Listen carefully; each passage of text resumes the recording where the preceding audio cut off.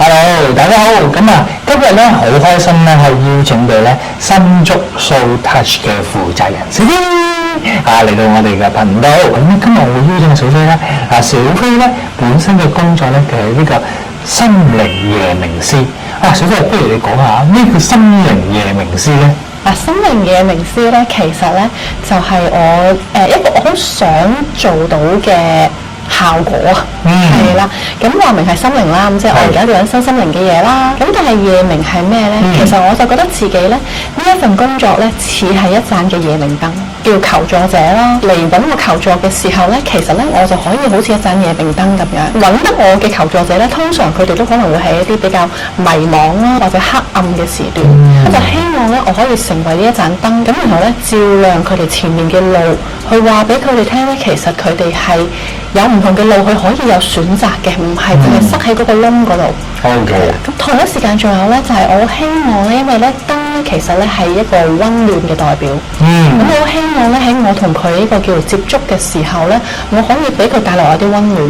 咁然後就令到咧，其實佢有翻個力量去行翻佢自己應該行嘅路。即係好似一個大海裏面航行啦，有燈塔嘅指引啦，或者喺我哋回家嘅路上有一個好明亮嘅路燈或者交眼燈一路照住過嚟，等我哋有個指引嘅方向，有溫暖嘅感覺。但係因為其實每一個人咧，佢實際上咧都知道咧係佢自己條路喺邊度，咁但係可能只不過係暫時嘅黑夜或者暫時嘅大霧裡面，佢可能睇唔到。咁所以幫佢照一照嘅話，其實佢就好清楚自己其實係應該點樣行，係俾翻少少嘅力量，佢係可以係行到。我認識最初期嘅小飛咧，本身咧就唔係從事身心靈嘅工作嘅，又咁特別，有邊一個有眼燈引領你咧？由本身嘅本業成為呢個目前嘅呢個心靈夜明師咧？我諗大家都好清楚㗎啦，其實前幾年發生咗咩事啦？係最影響得大嘅其實係即係嗰個疫情。幾年之下咧，其實我真係見到，因為本身因為都有玩開嘅。咁但係其實嗰陣時都係即係同下朋友仔玩啊，當係練習下，覺得好得意喎。尤其是即係用某啲嘅工具嘅時候，睇到啲嘢，覺得好好玩喎咁樣。喺疫情嗰陣時候啦，其實咧你係會見到咧無論係身邊嘅人又好啦，無論你係見到係新聞裏邊嘅情況又好，你會見到好多人其實佢有情緒上面嘅困擾啊。咁其實佢自己唔知道自己可以點樣做，你有冇留意咧？呢幾年嘅自殺率越嚟越高。咁其實都反映咗咧，香港咧呢個地方啲人嘅心靈其實好匱乏。咁所以我希望咧係可以喺叫做呢一個茫茫大海裏邊啦，係啦，佢哋可能自己喺度浮浮沉沉嘅時候，我有啲嘢可以幫得你咯。係因為一個疫情嘅改變啦，令到其實我哋身邊或者我哋自己啦，喺工作上面都有好多嘅調整啦。點樣可以揾到一啲工具啊，俾到我哋一啲身邊嘅朋友仔可以有個叫做倚靠或者寄託咧？我諗身心靈嘅工作上邊咧係一個工具，俾佢哋做出一個叫疏導咧。透過不同類型嘅身心靈嘅工作，即係我都冇諗過，其實就係疫情期間，我都有機會將我自己本身嘅興趣咁樣，可以透過用 Zoom 啦，咁樣其實可以好多朋友仔分享翻原來喺個本我數字上邊可以睇到自己一啲性格嘅特質。咁小飛只不過係運用其他嘅工具，然之後可以幫助其他嘅人啦。小飛咧喺呢個心靈夜明師嗰個過程裏面，其實你有好多嘅工具，你唔係用單一嘅方法去幫緊身邊嘅一啲朋友仔去處理一啲佢嘅個人嘅事情，可唔可以同我哋分享下？當然啦，咁其實頭先有一樣嘢咧，我覺得講得好好嘅。頭先你所講嘅話工具係，因為咧我哋好多即係玩身心靈嘅人，其實佢哋都用好多唔同嘅工具嘅，譬如好似你哋皮紋啦，或者係可能有數字分析啦，上面其實呢啲都係個工具。咁我揀選咗個工具咧，其實就主要咧有幾樣嘢嘅，係啦。咁第一樣嘢咧就係我最中意嘅咧就係解夢啦，係啦。咁解夢其實我諗好多人咧係好有興趣啊，因為佢覺得夢境係好得意嘅，佢唔知道點解我會發埋啲咁嘅嘢嘅咧，好天馬行空喎，好奇奇怪怪喎咁樣。其實五花八門嘅嘢都有嘅，咁咧亦都係真係出到嚟咧解到出嚟嘅嘢咧，係你可能係諗你都冇諗過。係啦，呢個係好反映到成個潛意識係諗緊啲乜嘢嘅，係啦。咁呢個係我其中一個即係經常性運用工具咯。因為呢個工具咧，因為有一個限制，咁個限制咧就係因為其實唔係個個人都記得自己個名發啲乜嘢嘅。基本上發完就發完啦。有啲係，咁但係我係好得意嘅，因為係真係睇睇嗰個人本身佢係唔係注定係用呢個工具。嗱，因為我有朋友咧，佢係真係晚晚都可以發幾個夢嘅，但係我有朋友咧係完全係唔記得自己個夢。咁所以係咪？唔止一個，唔止一個。咁所以呢個係一個如果佢係本身天生係好比較多夢嘅。咁其實咧，呢個係一個對佢發掘佢自己嗰個潛意識嚟講係好好嘅工具。OK 啦。咁仲有啦，咁你就見到即係我今日都帶咗嚟啦。咁其實就係一啲係啦，冇錯，一啲我哋叫易經牌啦，係啦。咁其實咧同咧易經咧64嘅卦象咧係好相近嘅。OK。係啦，咁呢個譬如呢個係小畜卦，係啦。咁其實佢都係有一啲唔同嘅意象咧，係可以透過即係嚟嘅求助者啦，佢嗰個潛意識咧話翻俾佢聽，究竟其實佢嚟緊佢前面嗰條路佢要面乜嘢？仲有啦，係啦，你見到啦，呢度有擺咗好多公仔喺度，係啦。咁其實咧呢一個咧係一個叫小物件排列嘅。小物件排列，冇錯。咁咧小物件排列咧，其實我哋就係都係透過翻客人嘅潛意識咯。咁其實咧佢去揀選唔同嘅公仔，係啦，代表唔同。我哋從佢揀選出嚟嗰個意象咧，我哋就會知道可能佢嗰個狀況係點樣樣。咁所以呢啲都係一啲好好玩嘅嘢。咁但係咧，我揀選嘅工具裏面，其實就有一樣嘢係最明顯嘅，我係真係要有一嚿嘢喺處嘅，即係夢都係一嚿嘢。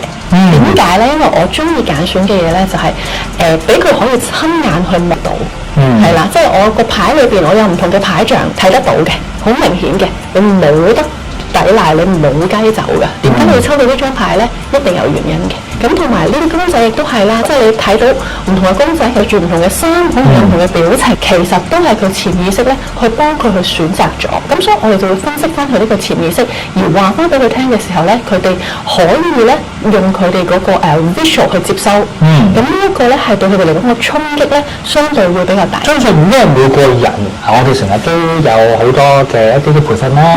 咁其實就或者我哋接觸喺生活上面啦，其實每個人嗰個嘅接收嘅專長都有唔同嘛。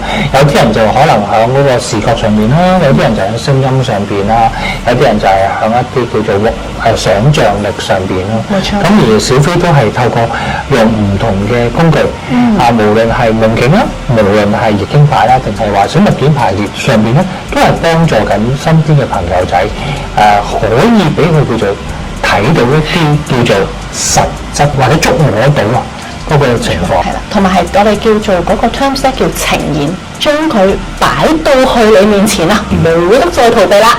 係啊。OK，或者會唔會有一個個案可以分享下，俾我哋可以呈現啊？俾我哋身邊嘅朋友直接真係感受緊嗰件事咧？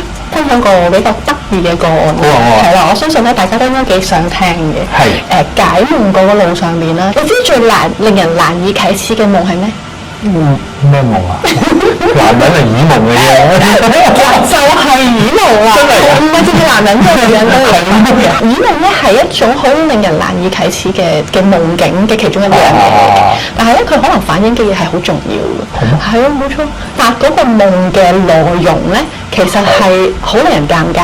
同埋咧，係啦，會發一啲嘅情況咧，係佢可能會覺得哇！如果我呢一啲嘢我咁樣發夢，我俾人知道嘅話，會唔會係啦？啱啱出嚟你會有色眼鏡去睇嚟嘅，係啦，我可以保證發得耳夢嘅內容嘅朋友仔啦，其實咧佢個內容咧係完全同性係冇關係嘅。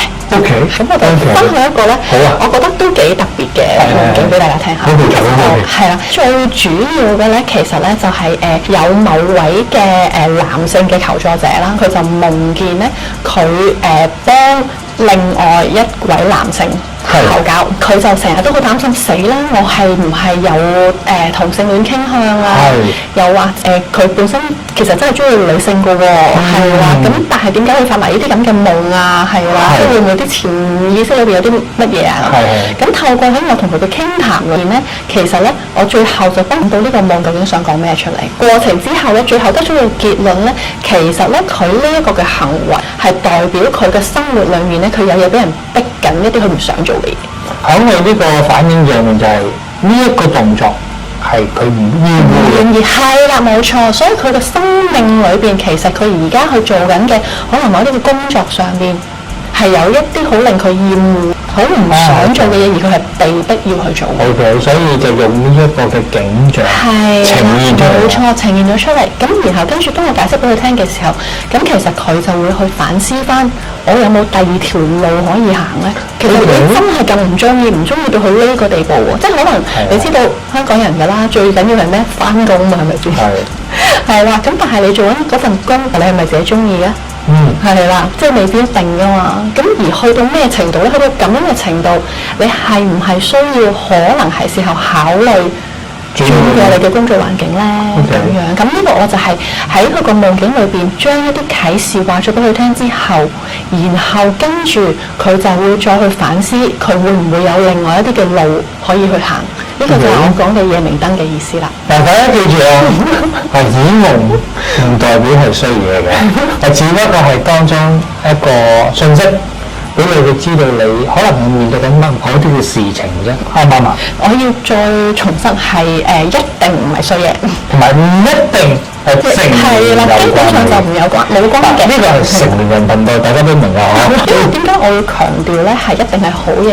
就係因為當你個潛意識真係有嘢去透過你個夢境去話俾你聽嘅時候，呢度係一件好事，所以一定係好嘢嚟嘅。既然有咗一個咁特別嘅分享啦，仲有冇啲乜嘢嘅可以再俾我哋了解多少少咧？呢度有副牌啦，易經牌。冇錯，就呢副易經牌。咁其實咧，我好中意易經嘅原因，因為其實你真係冇得講嘅。中國人嘅古智慧有啲嘢真係好勁，係啦。中國人嘅古智慧咧，就係所有嘢咧都係圓嘅，所以先至會有類似啲咁嘅嘢啦。咁係啦，咁出嚟嘅情況咧，就係人生總有一啲嘅好嘅時候嘅。係啦，一啲嘅困難嘅時候嘅，咁但係咧，如果你抽呢個牌係顯示你嚟緊都會有困難喎，咁但係咧，佢可以靠人力作出改變，令到條路行得順啲，可能中間都有啲難度，明白，但係最後其實會行到去你要行嘅地方。咁但係同一時間你抽到張好嘅牌，咁點咧？如果你係跟住做一啲衰嘢嘅話，都會反。冇錯。咁所以呢個係我好中意，即係點解我會用易經嚟做呢一個係比較明顯嘅工具咯。OK，都係近期工作上面有啲嘅想法嘅轉變啦。OK，咁就請你抽一張牌先。哇！咩嚟㗎？我唔識讀呢個字。我睇下先。哇！好啦，咁我哋嚟睇下咧呢一張係咩牌？咩牌嚟㗎？其實我唔乜。聽到係咪啊？我聽唔到。係啦 ，OK，我俾你睇下先。好啦，呢一張咧其實係剪卦。剪卦。係啦，剪卦。咁我坦白講，係啦，就嚟緊咧有少少情況會出現咧，就係其實有啲步履難行，唔係咁容易可以開始得到呢個卦象係代表。OK。係啦，咁所以嗱，我今次就純粹同你玩下，咁所以本身平時咧，我哋去真係開個牌嘅時候咧，其實我哋唔會開一張嘅。係啦，我哋會開好多，可能係譬如係嚟緊你可能仲有啲咩需要面對啦，係啦，有啲咩建議可以俾到你啦，即係嚟緊會面對啲乜嘢嘅難題啦，要注意㗎啦咁樣。咁但係今日玩一玩，咁所以純粹就抽一抽。咁嚟緊咧就可能你真係要注意一下，係啦，嗰個工作上面。咁呢個會再揾你㗎咯。係啊，咁呢個就玩多嘢。你試下喺度隨手用你潛意識抽一個咧，係代表你嘅。咁我啊？係啊。我望唔到，我要睇個背脊㗎。唔使啩，唔緊要㗎。呢個咩嚟㗎？3點咩啊？好啦，呢3係冇建議冇？冇錯，就係啦。個狀態咧就係你其實有啲嘢你 ready 去做嘅，但係咧有啲嘢咧你爭咗啲工具。係啦，同埋可能爭咗一啲嘅幫助添。OK。係啦，咁所以就我哋都係嗰句係啦，再抽其他嘢可以睇得多少少嘢嘅。咁如果就係齋抽一個嘅咧，就即係代表有啲嘢其實你想做，但係咧當你欠缺咗個工具嘅時候咧，其實你暫時咧都係好似頭先張剪卦咁，你有啲嘢咧未必可以去到你要嘅位。咁所以你可能要俾少少時間啦，去揾翻啲嘢出嚟，咁然後咧先至可以做到你想做嘅嘢。OK，好嘅，真係。有冇咁奇怪啊？有冇咁配合啊？你哋真係要留意小飛嘅頻道啊！小飛嘅 IG 喺下面啊，大家可以多啲去 follow 下小飛嘅 IG 啊。OK，仲有啲咩特別想再同我哋分享嘅咧？冇啊！多謝你哋今日邀請我上嚟啦。咁其實嚟緊本身都想再係將自己識嘅嘢咧，可以做到少少嘅整合，唔同嘅地方咧，再將身心靈嘅重要性或者係一啲情緒舒緩上面嘅重要性咧，係再去發揚光大出去。